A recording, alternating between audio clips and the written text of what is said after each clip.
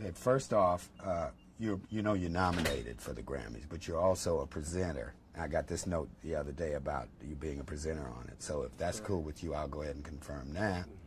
Also, I'm trying, you know, the bit about Tony Danza, I'm trying to get them together so we could do some kind of thing where you guys meet at the Grammys, because you know he was real supportive of you, right? Yeah, but it should just be some natural stuff. Some natural shit, yeah, I understand. Next thing is this vest on the cover. The designer saw this on last Sunday's New York Times Magazine cover, and they want you to star during Fashion Week in their show. I'll hook you up with, That's tight. with a wardrobe for that. If you want to go to New York, Yeah, we can no also doubt. do that. What else have I got here? Oh, when we do Saturday Night Live, is that all right? Yeah. when we do Saturday Night Live next month, we rehearse on the 15th. The 16th is a free day, and then we do the show live on Saturday, the 17th of February. Lauren Hutton has a bomb show, and the 16th, it's one-on-one, and she's a real down person. I know her. She would love to have you do that on your day off in between, and we can do that while we're in New York. And it's a film show as opposed to tape, so that's something we could do. Let's see, what else? Okay, let's talk about this and see what you think about your art for your All this album. is good. I just want it to be a little bit more clearer. And you told me it's going to be Xerox. Yeah, this is a color Xerox, which looks muddy. Okay. So the actual film has not been cut. When you see that, it'll be a lot better. This is just for proofing. That's good. Yeah. Put the fan club address on there. Oh, you want the fan club on there? Okay. Greg, make a note of that so we can get Tupac's fan club address on the somewhere in the booklet for both the CD and the cassette. Let's put it here, and we can put it opposite the club in Vegas, right under Tupac on this last page. Right. We can insert that right in here. Now, you want a phone number or just an address? What do you want on It could be either or both. Okay, we'll work on that. Yeah, one y'all feel. Okay. Let's see. I think that's about it now. I wanted to show you the ad that we're doing for, first one of the ads that's happening for the single. Oh, yeah. That's still Ken Nahum stuff. I'm trying to keep the theme of your art across the board so it all corresponds with what the CD is like. It's tight, right? That's tight. Nice little ad. Yeah. Camera nods yes. Okay. Okay, so what else? I think that's about covered it. If you I gotta want. go to the store, man, and get me another nose ring. Oh, okay. I'm naked out here. Listen, you know what? When the album come out, you know what? When you get the chips, you know what Papa G want. What? You gotta You take want a me big for one this. like that? Yeah, no, first, And I'm gonna get my first tattoo. I'm gonna get you a chair with the. It's ridiculous. I know, It's but death row, man. that's all we doing here is work. You know what I'm Okay. saying? You know what? Tupac, I'm gonna ask. All right, great, good. Yeah, congratulations on the nomination. Thank you. That means a lot. Your life has changed dramatically in the last 3 years, and then particularly in these last 3 months. No doubt. Okay. Yeah, not lying. It has been a big difference. What's it mean to you, especially these last 2-3 months of your life? It is a good reward for the patients of being in a maximum security penitentiary. You know, all the times when I could have acted up, or all the times when I could have went one way and I was like, I know this ain't forever. I'm gonna just ride this out, and I know it's gonna be my time again.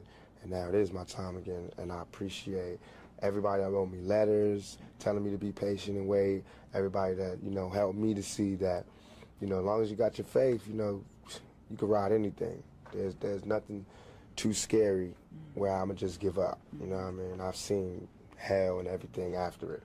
So It's been some very interesting articles out recently. This man here is responsible, Papa G, getting a lot of press out about you all. Let me ask a comment about one of the things that I read. Certainly you're here at the family now. You all call this a family.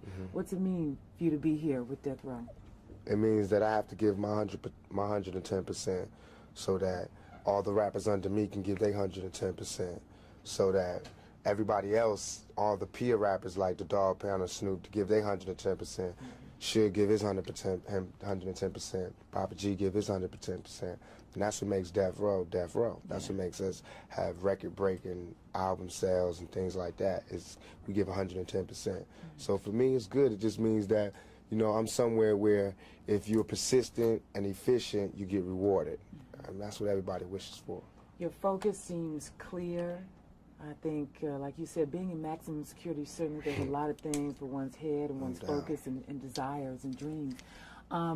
You come out, you hear a lot of controversy going on right now about rap, just Time Warner dropping Interscope and a lot of things that have resulted from people saying it's a bad image, it's bad for young people. Tell us your comments on that. I said so many comments on this, but basically it's a hypocritical view, because what you're saying is it's okay for us to live in the dirt, in the gutter, in less than human conditions, but it's not okay for us to tell people that we're living in these conditions. Everything was cool, you know. The ghetto was okay. It was habitable until we started talking about exactly what were the repercussions of living this type of lifestyle. What happens when you live in this kind of environment? What type of person it changes you into? Now all of a sudden it's like you can't talk about that. But this is what we live in.